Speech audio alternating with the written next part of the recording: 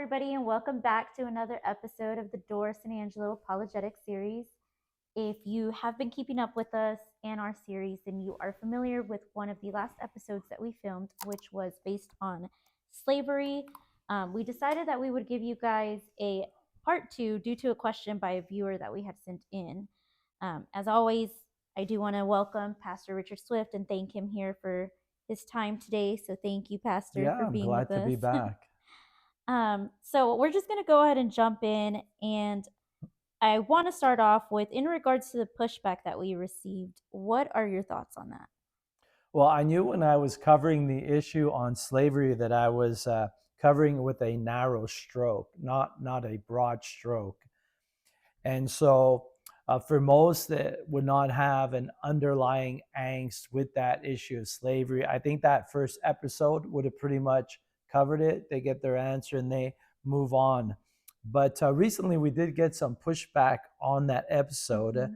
But I'm sure, as I just mentioned, we're dealing with someone that has a little more angst with the issue and has done more research than the average person.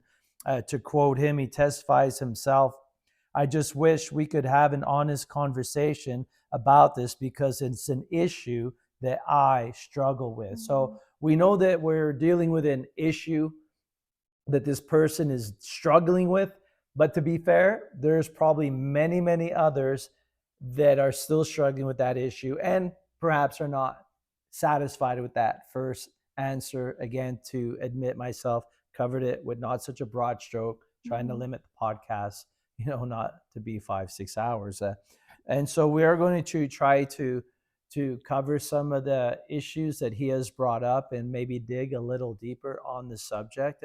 So first and foremost, with the most basic contention, which I knew was hanging out there like a hangnail. I knew it was hanging out there and waiting for someone to grab that issue. And to quote him, he says, but foreigners, yes, they could be made slaves. This is specifically condoned in the Bible. Now, that I'm going to take an issue with the condoning. That's probably what we're going to spend a lot of time on. But for sure, he is right. For foreigners, they could be made slaves. And I mean lifelong, generational, chattel slavery specifically. And the one thing we did not hear about in this interview was that. And good point. And so, what about the aliens? What about the foreigners, those that were not Israelites? Well, let's read this concerning the foreigners and the aliens from the same book, which is the book of Leviticus, where we're going to read, or he read, about the chattel slavery. I want to read also another text, to be fair, from the same book about what God did say about the aliens and the foreigners. And just so that we're all on the same page, when we're talking about chattel slavery, we're talking about individuals that are treated as property to be sold. And so that's his angst here. We're talking about chattel slavery, that people could be bought, people could be sold, and that people could be treated as property, even as he mentioned, for generations, they could be sold and given from one family to the next. So that's when we say chattel slavery today, that's what we're talking about. People being slaves, but even more than that, being treated and sold as property. But let's read what God does say about the alien in Leviticus, excuse me, chapter 19, 33 and 34. When an alien resides with you in your land, you shall not oppress the alien. The alien who resides with you shall be to you as the citizen among you. You shall love the alien as yourself, for you were aliens in the land of Jesus, in the land of Egypt. I am the Lord your God. So you shall not oppress the alien. We just read it. You shall love them as your own.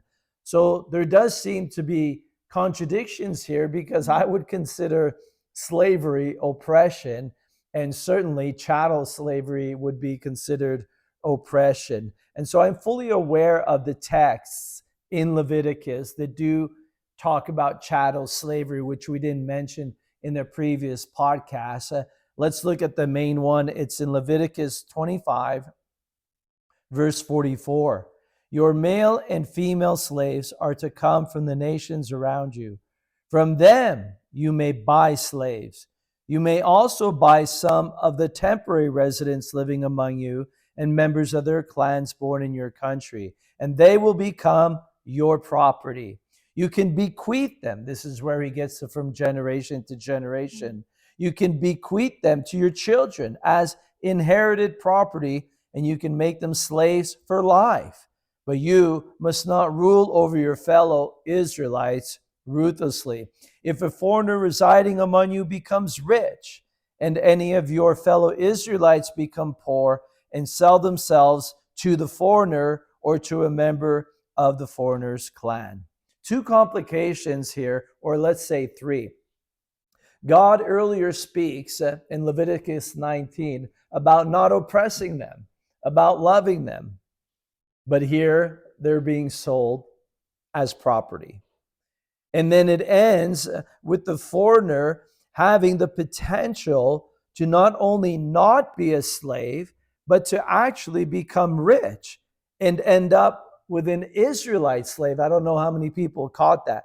So there's no clear-cut argument here that one can say God is condoning this. He allows the situation to take place. But did you notice what often is not quoted in the same paragraph that people quote for God approving chattel slavery? At the end, he gives the opportunity for the foreigner to become rich and for the foreigner actually to have a Hebrew slave. So it's actually quite confusing, and there's no clear-cut road here. But again, to say that God is condoning this, you're going to have a hard time doing that. So let's backtrack to the text that we used in our previous podcast. In Jeremiah 34:8, let's take the time to read this, and hopefully we can get this up on the screen. The word came to Jeremiah from the Lord after King Zedekiah and made a covenant with all the people in Jerusalem to proclaim freedom for the slaves. Everyone was to set their Hebrew slaves free. So all the people who entered into this covenant agreed that they would free their slaves and no longer hold them in bondage. Then the word of the Lord came to Jeremiah. I said, every 7th year, each of you must free any fellow Hebrews who have sold themselves to you. After, however, you did not listen to me or pay attention to me, recently you repented and did what is right in my sight. What was right? We covered that last time. They set them free. Each of you proclaim freedom to your own people. Now you have turned around and profaned my name. Each of you has taken back the slaves that you have set free to go where they wish. You have forced them to become your slaves again. So God brings judgment on his own people for slavery. Definition of judgment, we can say harsh punishment. So God looks upon the behavior of the Hebrews. The behavior is enslavement. God makes a moral decision. This is key. He makes a moral decision against this behavior. And what is it? That it's morally wrong. Exactly. But like our friend says, it's just speaking of the Hebrews. Okay, Amy, this is going to get ugly.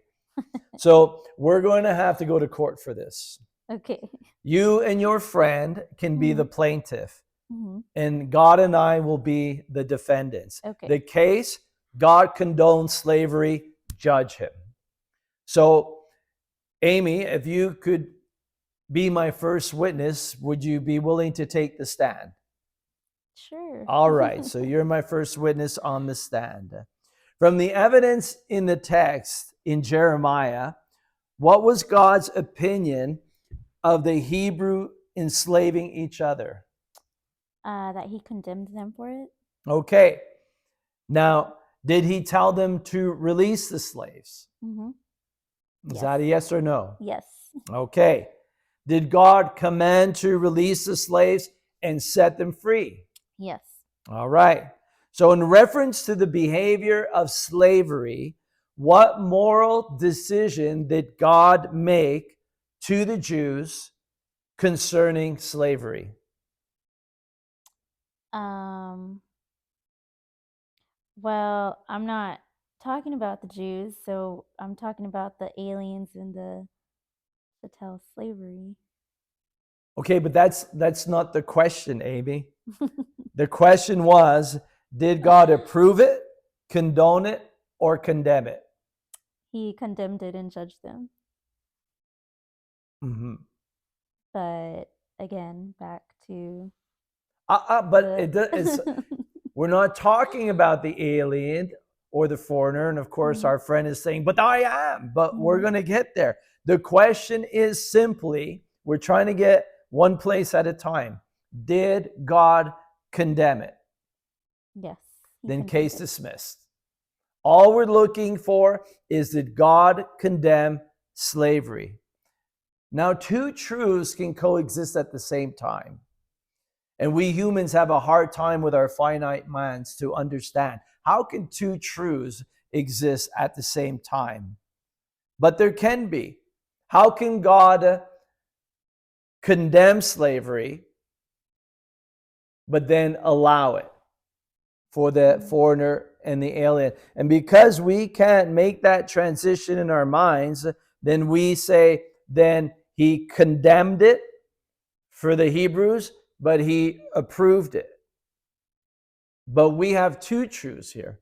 And the two truths are, one truth is that he condemned it. We covered that to the Hebrews, Mhm. and he allowed it for the foreigners and the aliens.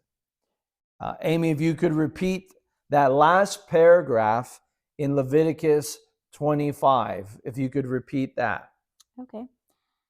If a foreigner residing among you becomes rich and any of your fellow Israelites become poor and sell themselves to be the foreigner or to a member of the foreigner's clan. So here's the risk that I'm not willing to take. We have to take a huge leap when we don't have answers. So here God is saying that the alien, who this man or perhaps others are Mhm. saying God allowed them to be slaves, to be chattel slavery. But we also have a text that God is saying, but they weren't limited to that. That wasn't their lot. They could also become rich. And the strangest part, that they could have slaves. And so God cannot believe that it's morally right for the alien to be a slave and believe that it's morally wrong for the Hebrew. Slavery is slavery. And like our friend brings up, chattel slavery is the worst of all kinds of slavery. So it's a huge leap to go from God approves it here, but he condemns it over here. There can be two truths that can exist at the same time that seem to be contradictory. Mhm. Say my son, and I condemn the smoking of pot. I've sat down and I've had 3-hour lectures with my son about smoking pot, that it's not right. And in my home, I judge it. It is morally wrong. Mhm. It is wrong. But yet, you come by one day to visit and you decide to come through the back and come through the garage like some people do. And as you're coming through the garage, Jeremy's friend is in the garage and he's smoking pot. So it would be a stretch for you to say, Richard approves of smoke potting. No, knowing that in the past I have condemned it and I say, Mhm. no, it's wrong. But now you come through the garage and Jeremy's, not Jeremy, not my son, but his friend is in the garage smoking pot. And so you decide to make a leap now that I approve it because his friend is smoking pot. My son's not smoking pot. Mhm. I've condemned it with him, but you say, but he approves it. Is Jeremy smoking pot now? No, but I came through the garage and Jeremy's friend was smoking pot.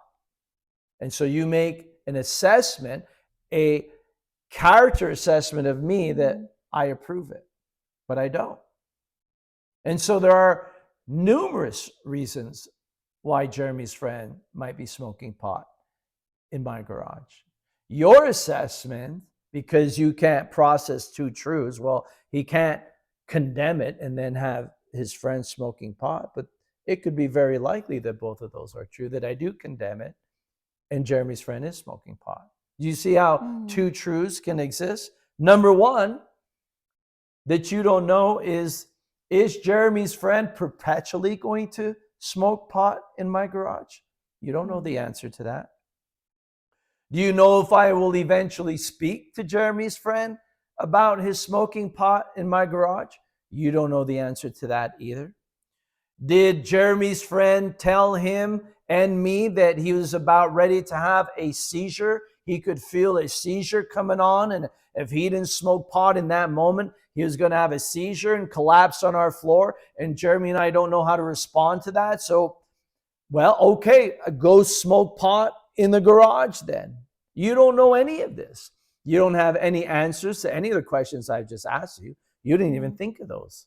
All you're doing is saying, smoking pot in Richard's garage, and then you go tell everybody in San Angelo that I approve of smoking pot, even though I've condemned it with my son. God tells the Israelites no slavery. But then to the alien and the foreigner, slavery. I tell my son, no pot smoking. But yet there's pot smoking, not with my son, but with his friend in the garage. My friend can't be smoking pot, or my son can't be smoking pot, but his friend is smoking pot.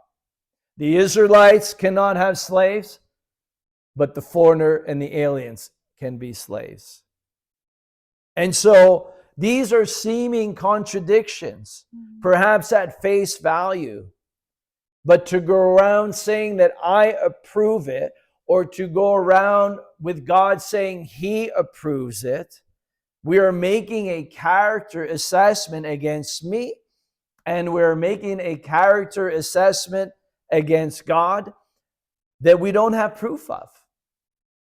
You can say, well, I do have proof. I saw him smoking pot in your garage. That's not proof that I approve it. There's many other questions and factors as to why. So, isn't the proof that he approves the aliens? That's a good question.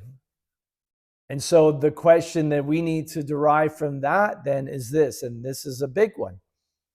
Is approving and allowing the same? Let's say, for example, you have a rule for your son that you don't believe that young teenagers need to be out past 11 p.m. There's really no need for it. You've talked to your son about them. You've told them nothing good happens after 11 p.m. There's no reason that you need to be out past. You're going to be home at 11 p.m. This is my moral judgment on this. I stand firm. I am against this. Next night, or maybe he follows it for a few days, but after 3, 4, 5 days, maybe even a week, he comes in and it's 11:30. You looked at your watch, you looked at your phone when he came in, you knew it. He came in at 11:30. The next night, he comes in at 11:30 again. You wait to see what in the world's going on. Is this going to happen again? Third night in a row, he comes in at 11:30 at night. Do you approve of him coming in at 11:30 at night? Do you approve it? No. But you've allowed it Right. to happen 3 nights in a row.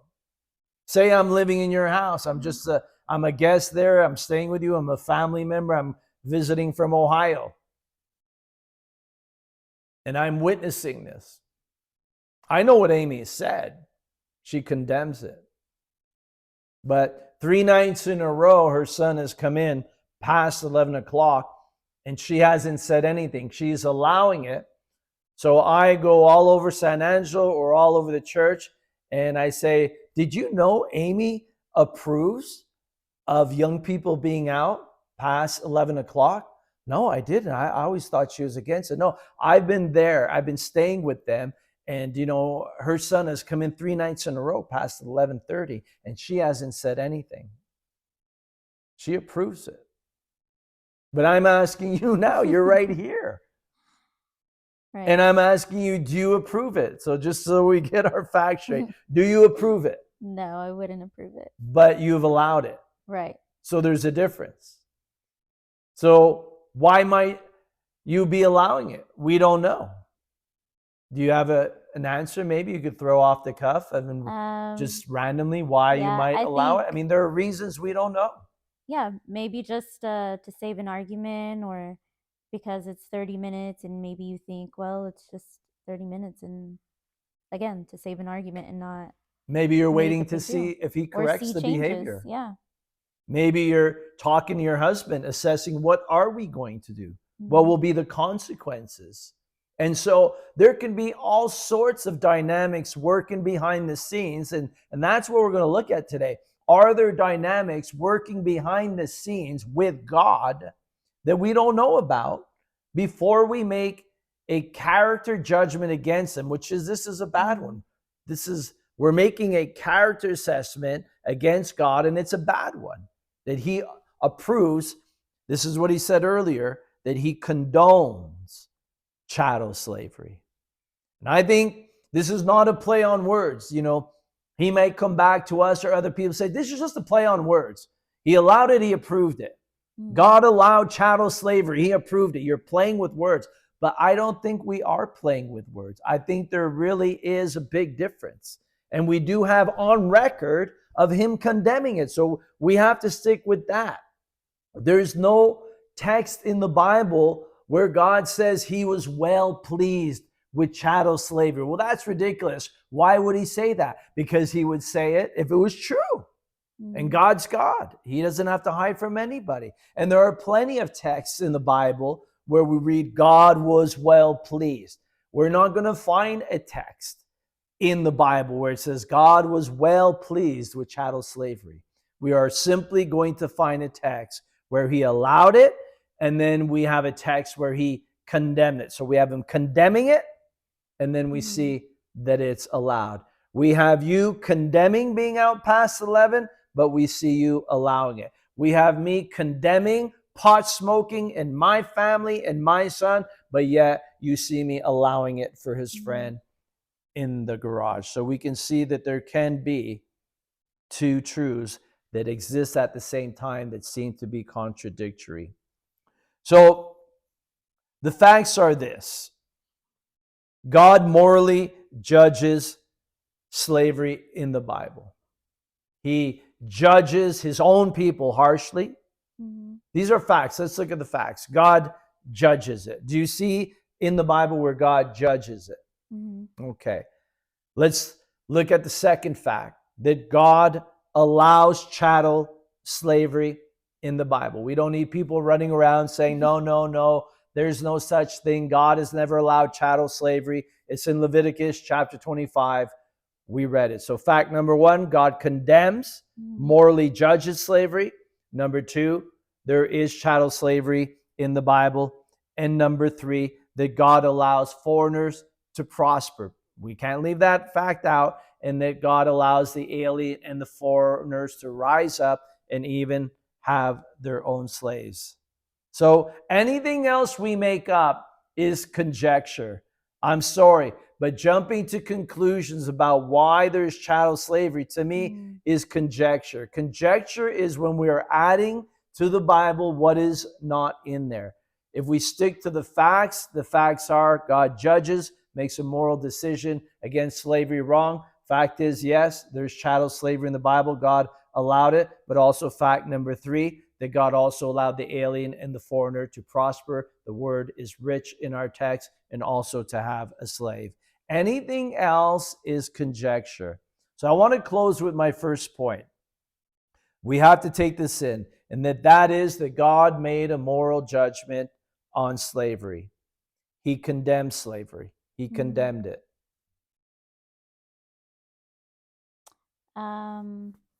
For the Jew? See, we're going backwards. It doesn't matter. The first point is, you're missing it. He condemned slavery. Okay. Okay, what? Okay, he condemned. All right. Now, let's look at the conflict of condemning it for the Hebrew, but allowing it for the alien. We've been using that term now through the whole podcast, alien or foreigner. But we need to move to a new term. In the New Testament, there's a term for that. They don't go around saying alien, foreigner all the time. It's simply a non-Hebrew is a Gentile. So the term we're going to use moving forward is not going to be alien and foreigner. We're going to use the term Gentile. Okay. I'm not even sure about the group that they enslaved in the Old Testament in the book of Leviticus. As far as if we're looking for a specific group, I couldn't find it. ChatGPT couldn't tell me. Because I'm thinking, okay, God's talking about chattel slavery in Leviticus. We're almost kind of in an argument with this man and maybe other viewers about, those that were in chattel slavery, in Leviticus. But though the subject is talked about, I'm thinking, okay, so who actually was in chattel slavery in Leviticus? And ChatGPT couldn't tell me. AI said that there's no group mentioned that the Israelites enslaved in reference to actual chattel slavery in the book of Leviticus. I found that interesting. ChatGPT says there was no particular group known that was enslaved by the Israelites in chattel slavery. But the primary group overall that was enslaved by the Israelites was the Canaanites. And so again, we're not denying that there was chattel slavery, but the group predominantly that was in chattel slavery was the Canaanites, maybe the Perizzites and the Ammonites, Hittites, maybe some of them. But for the sake of argument, then we can say that it was the Gentiles that were in chattel slavery. But still, it's a defamation of God's character to say that God approved it, condoned it, and said, that's great. Go ahead and do that. If we look at all the evil in the world and came to the conclusion that all the evil that's happening in the world is because God approves it, then that would be heretical. Then we would have to say that God approves of child sex trafficking because it's happening in the world. And so we can't look at everything that is happening and saying because it's happening, because God allows these things to exist, He approves them. But what about what I did for you on Calvary? Deuteronomy 32:3. I will proclaim the name of the Lord. O praise the greatness of our God. He is the rock